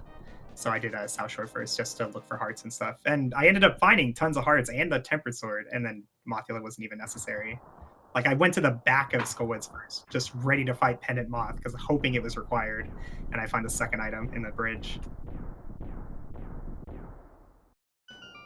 And speaking of hearts, he's just a boy. You were pretty low on hearts for a good part of the run early on. Oh yeah, Was yeah. was that rubbing on you as you're going through like Thieves Town and whatnot? No, not really. I was a little nervous. I contemplated going into Skullwoods with 3 hearts. And then I was like, yeah, not worth it. I'll just continue doing other stuff. But I've been playing some hard mode seeds lately on my own time, and I think it gives me a little bit of practice for lower heart stuff. So Yeah, that makes sense.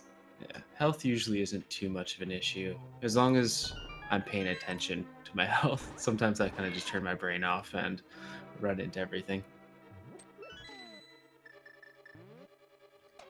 Yeah, then all of a sudden you hear that beeping and you're like, where did that come from?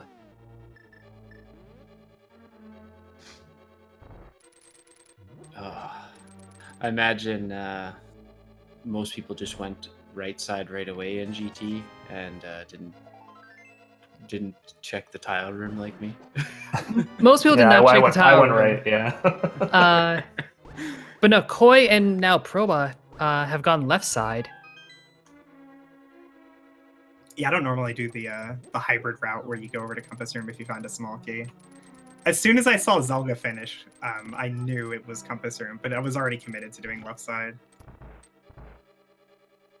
If I felt like if I had got to GT like 1 minute later, I probably would have saved like 3 minutes on my total time, because I would be able to metagame that.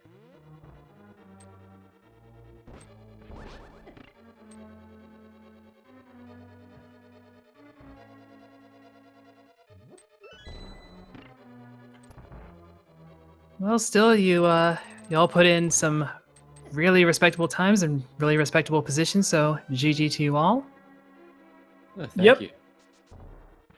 I think this will be a fun one to watch back. Wadey and Koi and I all have fairly similar times, so Yeah, with that route divergence possibility in the beginning, definitely. yeah. Yeah, there was quite a bit of route divergence. The mid game, we were just like 4 different places constantly. Yeah, it was really confusing to get check to even like follow it, but it was quite exciting to watch too. So, but pat yourselves on the back for that.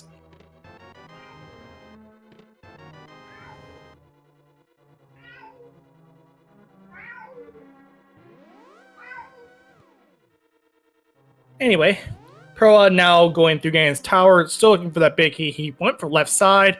He's going to be grabbing that pretty soon.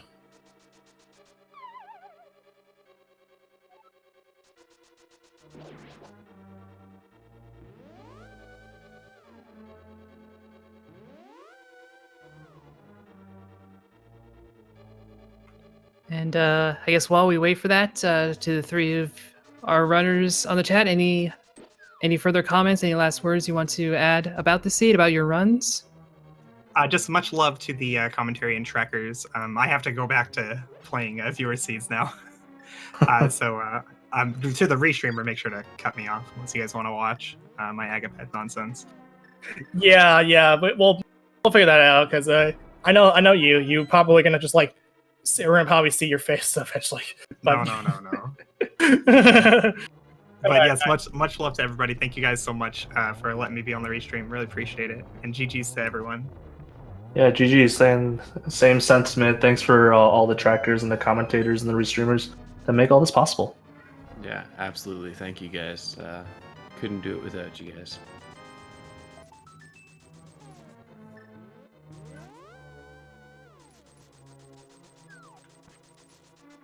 All right, Pro is finally heading over to the right side, going to get that big key, and then head on up to the gauntlet. Clear out their seed.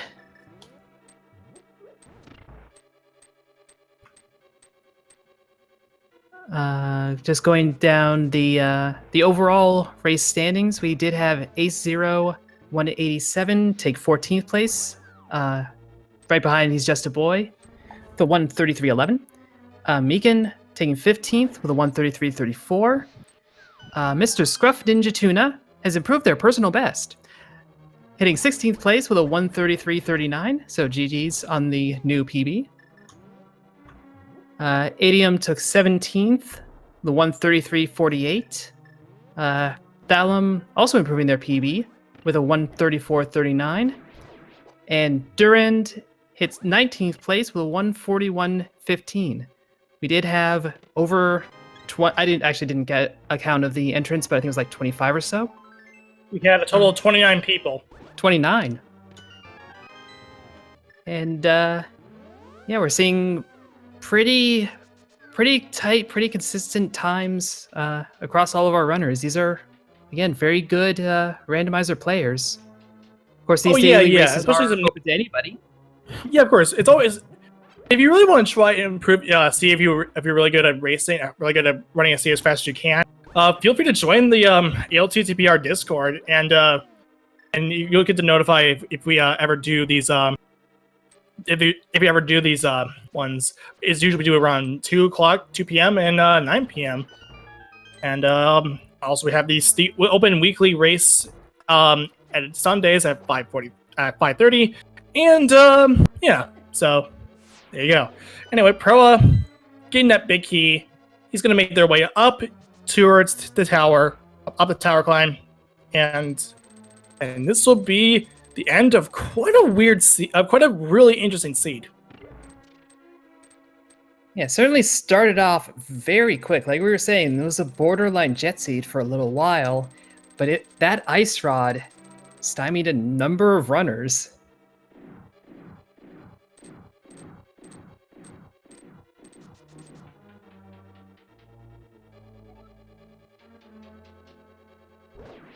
And as promised, Koi is just off doing another seed now.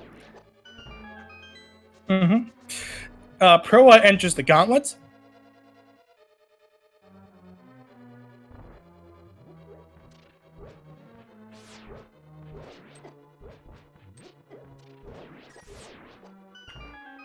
No, we're not going to commentate Koi's run. No. Although, as I've mentioned, if you like seeing what these runners have done, naturally they play a fair amount of randomizer, so always worth giving them a follow and checking them out. And if you think this is interesting to you, just watching these runners play a really classic game, randomized game. No, let me try again. If you really enjoy this, if you think this is interesting, seeing your favorite Super Nintendo game being played in a randomized game, you feel free to check out the ALTTPR Discord. Just go onto ALTTPR.com, or I think it's ALTTPR.com, and you'll feel free to try it out for yourself.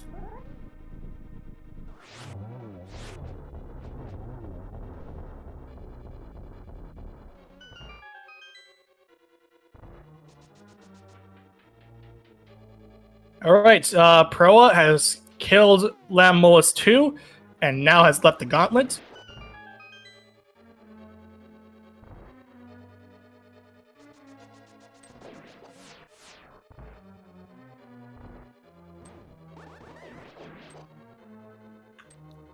Taking a little careful and avoiding the one cycle on these whiz robes. It's always satisfying to do the one cycle. something I have yet to do. So Yeah. And always a little annoying when you just flub that one sword swing and then you have to wait for the second cycle anyway. It's like, come on. yeah, that's the thing I tend to do. I just flub the final shots on it. Just not even just that. I missed the Somaria block entirely. I got Oh, to do this yeah. a lot more slower.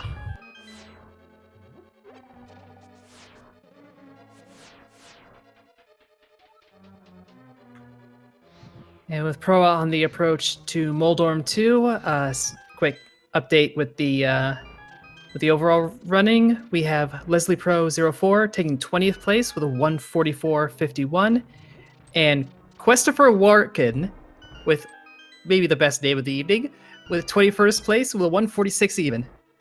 And that is good enough for a new PB by improving his time of originally a 2:04.09 by just 18 minutes and 9 seconds. All right, Pro now on Moldorm 2.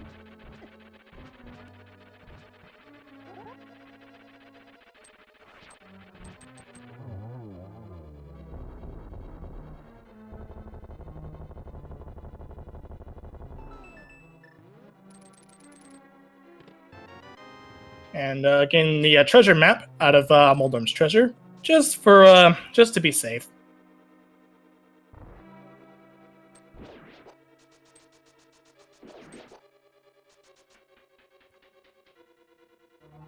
Yeah, most runs you don't really have a need to check that one, but I always remember the very first rando seed I ever did, silver arrows in there. So sometimes it is worth checking that chest. Oh yeah, definitely. Anyway, Proa on Aga 2.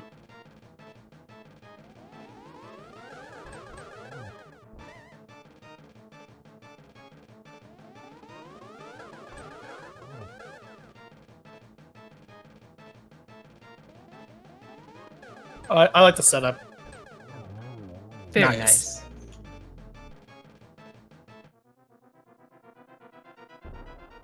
I got 2 down. Now it's gonna fight Ganon, and we're good to go.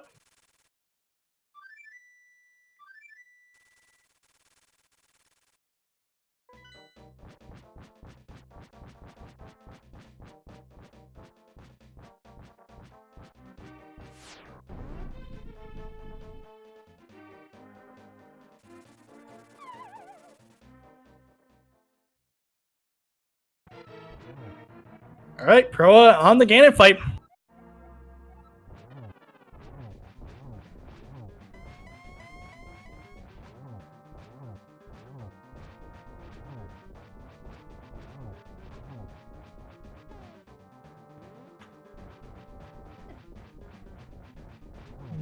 Got plenty of health, but only on blue mail. These fire bats hit kind of hard. Yeah, Good. luckily for him, he does have a red potion, so we're fine. Yeah, we've been...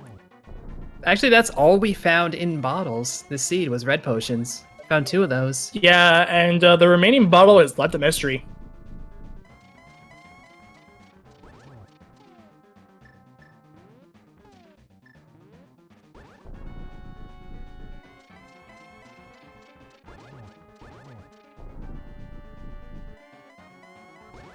All right, on phase 4. Nice double. Nice. Double and the torch glitch.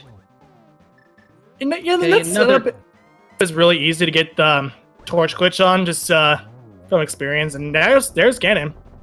And that's the seed for Proa.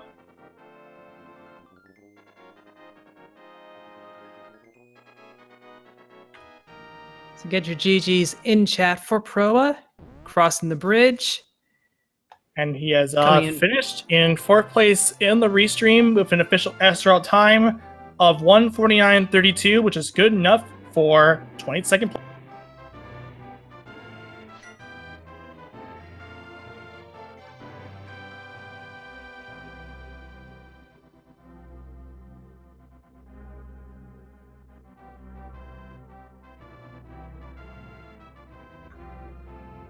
All right, we'll see if we get Proa in here for a quick post-game chat.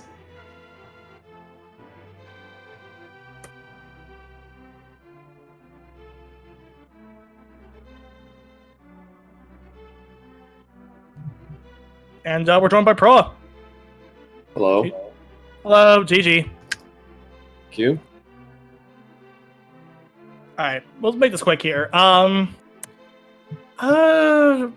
Ice Rod, maybe? I don't know. Yeah, well, Ice Rod and Lamp. Those. Like, I should have gone to Lost Woods a lot sooner than I did. If I had, I think that would have really cleaned up my routing considerably overall. Overall, I thought I played fine. The sequence breaking Death Mountain when I did certainly opened things up. Made it made the process a lot simpler, but it was one of those things where I think even while I was racing, I should have gone to Lost Woods sooner because basically that was a freebie. But what are you going to do? I mean, Skullwoods was a pendant, so I don't blame anybody for preferring a crystal dungeon or something else over that. Right, Yeah, and there were crystals to be had early, certainly. Oh yeah, and it's over. I respect the idea of just going for the lamp just for the ice rod. So, I mean, I get you. That's kind of my feeling when I do Dark Room at the Dark Maze. So, I feel free to practice that sometime. It's you'll definitely be better as a runner if you learn that. Yeah. This isn't normally something I do. This is kind of more of a lark, but it was a fun lark, and I certainly enjoyed myself. Primarily, I'm a Mario 3 rando, but I do appreciate a good Link to the Past rando. It was fun. Mario 3 rando. I've never seen the tournament. It was actually quite an interesting experience. Like seeing all the levels being randomized and all the worlds being randomized and such. Yeah, really cool experience. Yeah, this is slightly different, but the overall this seed was pretty generous and pretty giving overall, and up front, and then the stuff it was handing out piecemeal, not too bad. There wasn't anything too trolly. There's nothing hidden in Misery Mire, and you needed the flute and all of that. That would have just been evil. Yeah, for the ice rod being the most annoying item, that's not nearly as bad as it could have been. No, that's true. So, but no, this is good. I was overall pleased. I was aiming for sub 2 and I got it, so I'll take it. Mm-hmm. All right. So, as far as that, any final thoughts? And GG's to everybody, and it was a good race. Glad that I was featured, and thanks to Speed Gaming. All right, that's you heard of. That's gonna do it for us. So, coming up next tomorrow, as far as ALTTPR is concerned, remember that poll that we mentioned? Yeah, for some reason we had a 3-way tie, but after a little bit of a tiebreaker, I am pleased to announce that tomorrow's 2 p.m. seed is not inverted. It's going to be retro. Oh boy. Yep. We are, as they say, kicking it old school. Although to be fair, retro's probably one of the worst modes, but Opinions. But as far as the 9 p.m. is concerned, I believe if I read this right, it's going to be an open seed without hints. But as far as we're concerned, for the rest of the schedule, feel free to scroll down and look at the Speed Gaming schedule, because there's a lot of more things you can look forward to on the way. We're going to wrap it up pretty soon, so be sure to follow the Speed Gaming channels from Speed Gaming's 1, Speed Gaming South, Speed Gaming's 2 through 6, as well as our multilingual ones, including Dutch, Portuguese, Spanish, and French. Yep, and if you hang around here or head over to the main Speed Gaming channel, the Mega Man 2 Randomizer Tournament. Match is going to be starting at the top of the hour, so you can check that out. All right. So with that in mind, give a huge shout out to White Wolfos for tracking, as well as Bungie to the tree. He's also did a good job pressing the buttons behind the scenes. And of course, myself and Hutphin for your comms for the rest of the past 2 hours. And with that, I bid you all farewell. Yep. Have a good evening, y'all.